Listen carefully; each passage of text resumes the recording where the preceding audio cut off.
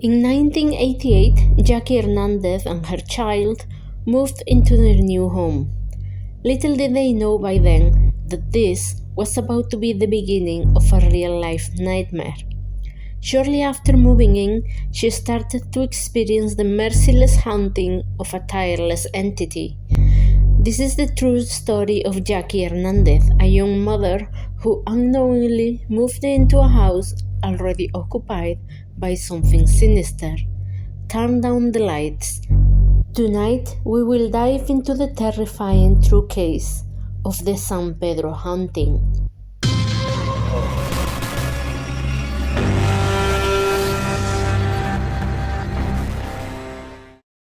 Ghost stories have been with us from the beginning of time. We have all heard them. Urban legends, tales of spirits, or haunted locations are all over the world. Maybe you don't believe in them. Maybe you do. And maybe you even experienced one yourself. In any case, ghost tales are creepy and scary, and today's story is just dreadful. In November 1988, 23-year-old Jackie Hernandez, a single mother expecting her second child, moved into 593 West 11th Street in San Pedro, California. She felt it straight away, a presence in the house, someone or something that was constantly watching her. But of course, every time she turned around, no one was there. She wasn't afraid at the beginning as not much was happening, but that soon changed as the entity became more and more destructive and hostile with the passing months. The first thing she felt was an odd smell. Then she heard knockings on the walls and objects going missing. Nothing too obvious or scary until one night when she walked past her desk and saw a pencil holder flying towards her, as if thrown by an unseen hand. That was the first time she knew something was clearly wrong. In February 1989, things became even worse. She started to see the figure of an old man wearing a red flannel. He was sitting on her son's bed with his legs crossed and had grayish skin, but even more terrifying, he looked like a corpse. But Jackie and her children were not the only witnesses of the menacing presence. Her neighbors and friends were also a target of the entity's wrath. One of her friends, Susan Castaneda, while visiting Jackie's home, saw a painting flying across the room by itself, and orbs of light moving around the house. But as terrible as this was, Jackie was at least relieved that other people could also see what was going on at her house, so she knew she was not going crazy. Jackie arrived at her breaking point the day she saw in the attic a disembodied head with evil red eyes coming towards her. She couldn't take it anymore. After months of suffering, Jackie's friend suggested she contact a team of paranormal investigators, which included the parapsychologist Barry Taff, who had decades of experience and worked in thousands of cases. He was also famous for his involvement in the case of Doris Bitter in 1974, a haunting that inspired the 1982 horror movie The Entity. The team of investigators accepted the case, and on the 8th of August 1988, they arrived at Jackie's home for an interview. The first thing they noticed as they got inside the house was the smell, a disgusting stench that reminded them the smell of the Doris Bitter house. After hearing Jackie telling them about the head she saw in the attic and all the noises coming from there, investigators went up to look into this straight away.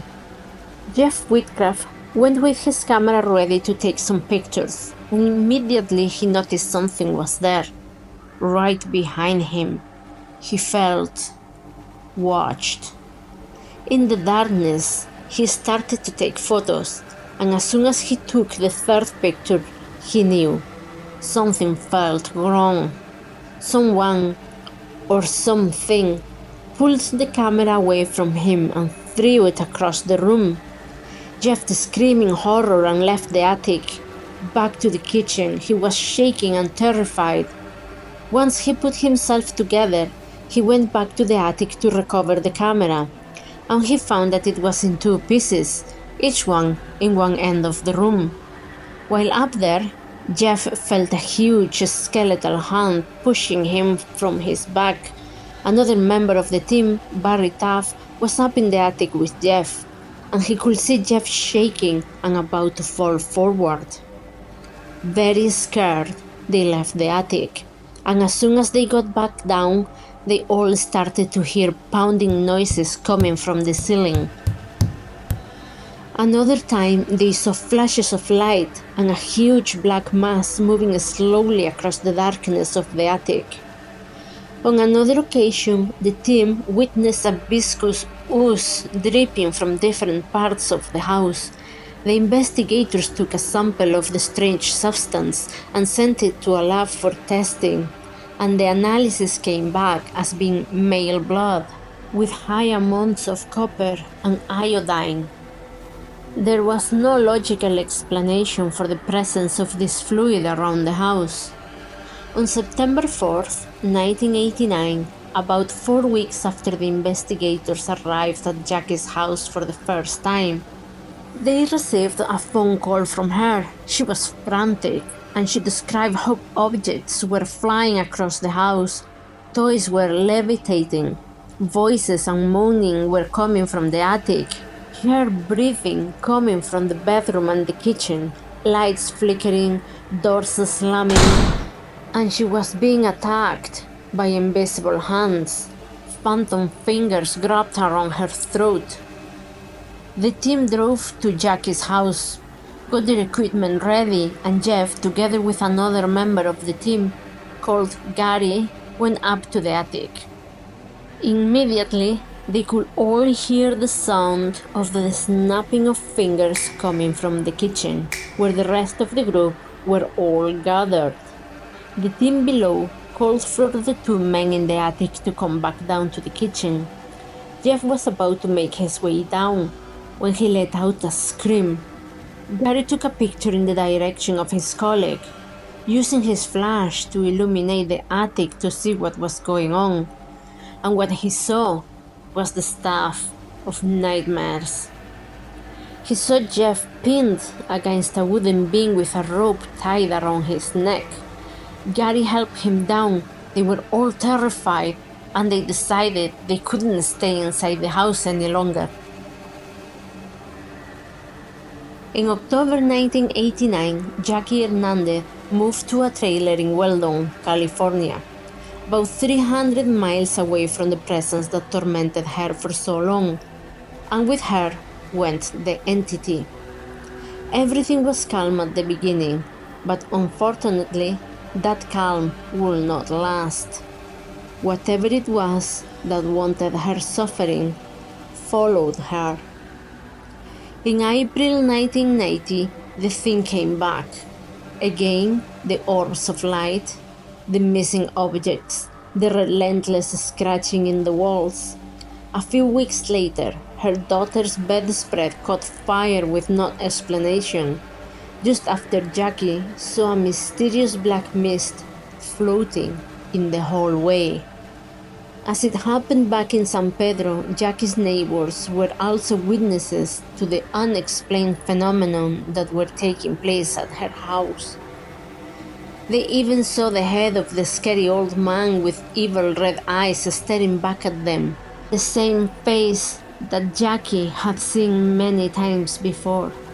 Scared, Jackie called the investigators, and again Barry Taff came back to try to help her. At midnight, Jeff and Barry arrived at the trailer, where Jackie was waiting for them in the company of her friend Tina. Not knowing what else to do, they decided to use a Ouija board to contact the entity, so Jeff, Barry, Jackie, and Tina gathered around the board ready to start the seance. And as soon as they started, the trailer became the center of unbelievable paranormal activity. The candles started to flicker, casting eerie shadows on the walls. Then, the table began to shake, softly at first, then violently.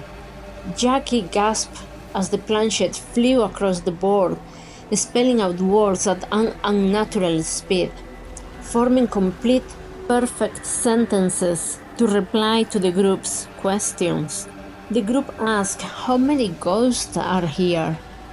The answer came back as, "Phantoms fill the skies around you." The entity also told them that he had been murdered in 1930 in San Pedro. He had been held underwater until he found his end. The spirit also claimed that he attacked Jeff in the attic because he was the likeness of his killer. Intrigued, the investigators decided to look into the records of old newspapers, and that is when they discovered an article from the year the entity claimed to have been murdered, which was 1930. The article said that the body of a man called Herman Hendrickson was found with signs of foul play, but due to the lack of evidence, his death was ruled an accident. They managed to find a person of interest in the murder, a man called Charles Pearson, a sailor known for being often in trouble, and a suspect in the killing of two people, Herman Hendrickson and John Damon. But he was never arrested for the crimes. Since the attacks from the spirit didn't stop, in June 1990, Jackie moved once again, always in the unwanted company of the relentless presence. But with each move, the activity was becoming weaker. And after moving several times, she finally managed to find peace and escape the tormenting of the spirit that followed her for so long. Skeptics believe this was all a hoax, and it's easy to see why. Even when there was a team of investigators in the house all the time with video cameras and taking pictures, little to no evidence of any of the paranormal activity was ever captured.